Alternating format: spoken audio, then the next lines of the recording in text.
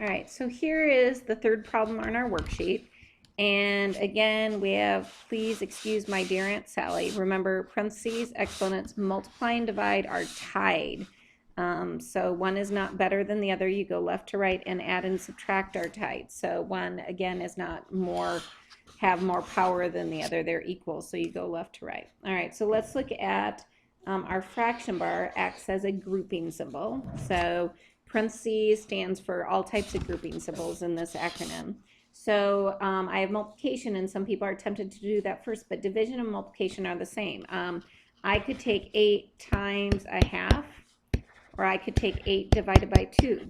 They both are the same problem. They both yield the same answer. So again, that's why when you multiply or divide, they're the same. You just go left to right. So if I was reading a book, I would read that first. So that's what I'm going to do first. And so 12 divided by 3 is 4. Oopsie, sorry. Get my pen there. 12 divided by 3 is 4, so I get 4 times 4. And then in the denominator, kind of that same idea. I'm going to erase this quick.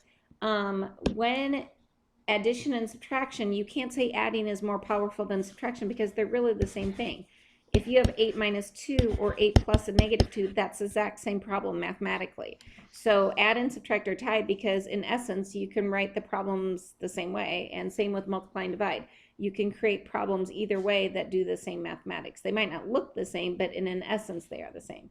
So again, if I were reading a book, I would start over here. So that's what I'm going to do first, because again, I have only add and subtract to worry about. So 10 minus 2 is 8, and then bring down the 4.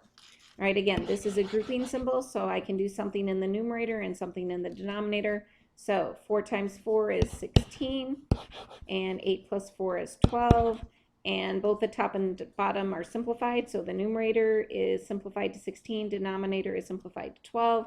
So at this point, I can just reduce my fraction to simplify it a little bit more. So I'm going to divide both the numerator and the denominator by 4. And so when I do that, I get 4 thirds, and that is my final answer.